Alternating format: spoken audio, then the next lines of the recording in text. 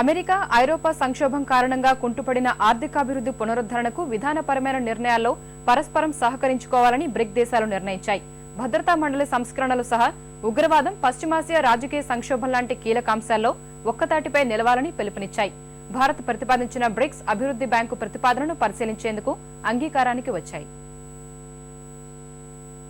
త్వరిత ఆర్థికాభివృద్ధే ప్రధాన అజెండాగా ఢిల్లీలో 4వ బ్రిక్స్ శిఖరాగ్ర సదస్సు ప్రారంభమైంది. ప్రధాని మన్మోహన్ సింగ్ సహా బ్రెజిల్ అధ్యక్షురాలు దిల్మా రుసూఫ్, రష్యా అధ్యక్షుడు మెద్వదేవ్, చైనా అధ్యక్షుడు హుజింటావో, దక్షిణాఫ్రికా అధ్యక్షుడు జాకబ్ జుమా ఈ సదస్సుకు హాజరయ్యారు. ప్రపంచ ఆర్థిక వ్యవస్థ మందగమనానికి గల కారణాలు, దాన్నుంచి బ్రిక్స్ దేశాలను గట్టెక్కించేందుకు చేపట్టాల్సిన సత్వర చర్యలు, పరస్పర సహకారంపై సదస్సులో చర్చించారు.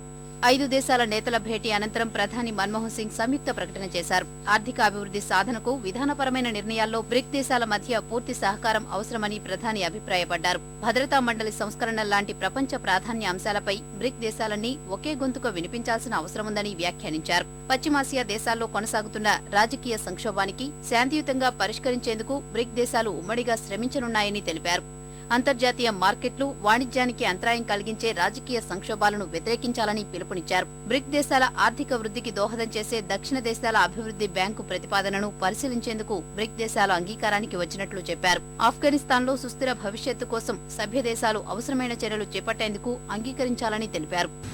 We are all affected by the global economic slowdown, the volatility in food and energy prices, the challenge of reconciling growth with environmental objectives, the political uncertainty in West Asia, and the rise of terrorism and extremism. Our response to these challenges may be different, but there is much common interest that binds us all together.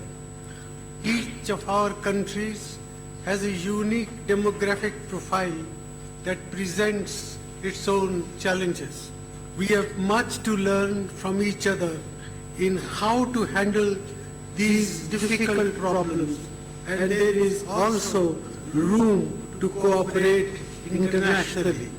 సదస్సు అనంతరం ప్రధాని Manmohan, China అధ్యక్షుడు హుజింటావో ప్రత్యేకంగా భేటీ కానున్నారు. China, Russia, Bharat, దక్షిణాఫ్రికాల దేశాల ద్వైపాక్షిక సమావేశాలు విడిగా జరగనున్నాయి.